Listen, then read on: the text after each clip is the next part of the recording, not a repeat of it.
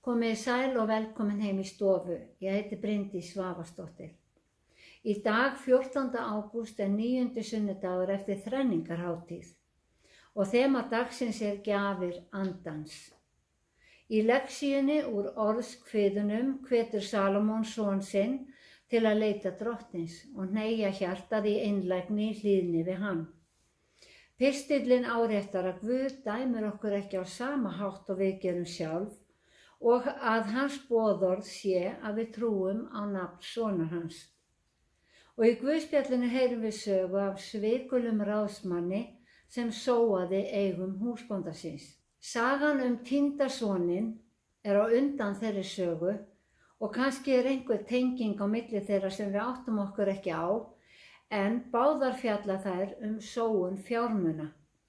En við skulum byrja þessa stund á því að signa okkur og við segjum saman í nafni Guðs Föður, Sonar og Heilags Anda. Amen. Guðspjallið er úr Lúkasi og hljóðar þannig. En sagði Jesús við lærisveina sína, maður nokkuð ríkur hafði ráðsmann og var honum sagt að ráðsmaðurinn sóaði eigum hans. Ríki maðurinn lét kalla ráðsmanninn fyrir sig og sagði við hann, hvað er þetta ég heyri þig? Gerðu grein fyrir störfum þínum því að þú getur ekki verið ráðsmaður lengur. Ráðsmaður sagði þá við sjálfan sig, hvað á ég að gera fyrst húsbóndi minn sviptir mig ráðsmennskunni? Ekki orka ég að grafa og skömm þykir mér að betla.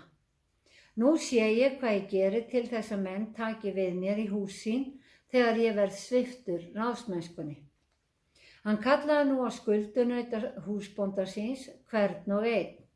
Við þann fyrsta sagði hann, hve mikið skuldar þú húsbónda mínum? Og hann svaraði, 100 kvartil viðsmjörs. Hann mælti við hann, takk skuldabréf þitt, sett þið niður og skrifa sem skjótast 50.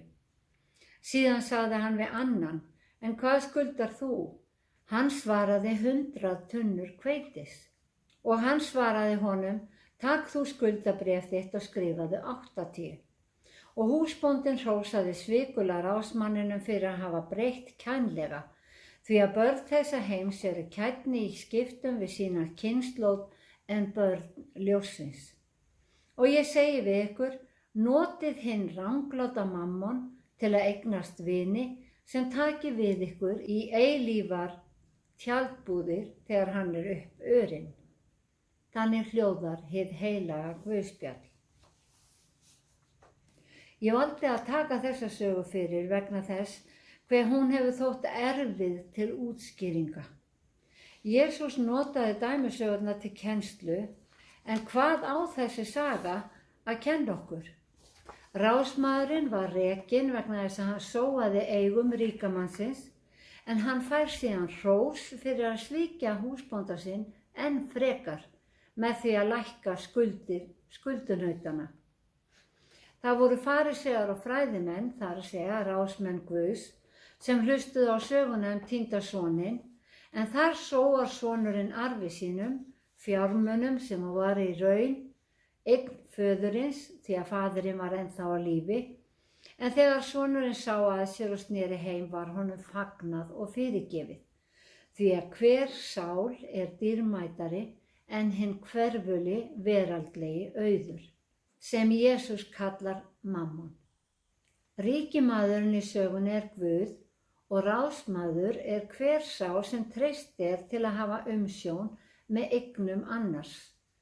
Hvað þessa sögu snertir geta allir lærisveinar drottins líka verið ráðsmenn. En þessi ákveðni ráðsmaður hafði sóað eigum ríkamannsins og var kallaður fyrir til að gera grein fyrir gjörðum sínum og rekinn vegna óheiðarleikans. Í þessu sambandi getum við spurt okkur, hverju getum við sóað sem Guð á en við höfum í okkar umsjón? Eru það blessanir hans, hæfileikar sem okkur hafa verið gefnir, tækifæri sem við fáum, viska eða fjármunir sem við misnotum eða förum illa með? Sagan segir að ráðsmaðurinn hafi verið fljótur að hugsa hvernig hann ætti að bregðast við og hann bregst við með því að lækka skuldir þeirra sem skulda ríkamanninum. Það sem mér finnst athyglisvert að ráðsmaðurinn þarf að spurja hvern skuldunaut fyrir sig hvað hann skuldi mikið. Ráðsmaður sem stæði sig í starfinu ætti undir venjulegum kringumstæðum að hafa yfirsýn yfir skuldir jafnt sem eignir. En einmitt það að hann spurji stærð skuldarinnar finnst mér benda til þess að skuldin sé huglæg. Hann hefði eins getað spurt hversu mikill syndari finnst þér þú vera gagnvart Guði. Og þar sem ráðsmaðurinn afskrifaði hluta skuldana gæti það táknað fyrirgefningu á hluta þeirra. Ríkimaðurinn í sögunni, það Guð, gæti gefið algjöra fyrirgefningu, enda getur hann einn afskrifa skuldir að fullu. En skoðum skuldirnar. Ef við ákveðum að flokka þessar skuldir skuldunautana ekki aðeins sem afbrot gegn Guði, heldur einnig sem brot gegn náunganum, þá skiptast þær í 2 flokka. Ráðsmaðurinn gæti þá táknað þann sem fyrirgefur náunganum, en brotin gagnvart Guði eru enn eftirstandandi skuld. Því þá skuld getur Guð einn fyrirgefið. Þessi afstaða breytir allri sögunni, því að þá skiljum við hvers vegna ríkimaðurinn hrósar ráðsmanninum fyrir breytni sína ef hann að hrósa honum fyrir að fyrirgefa náunganum. Og við skiljum líka hvers vegna ríkimaðurinn hvetur ráðsmanninn til að nota mammon, það að segja hinn hverfula veraldlega auð til að eignast vini.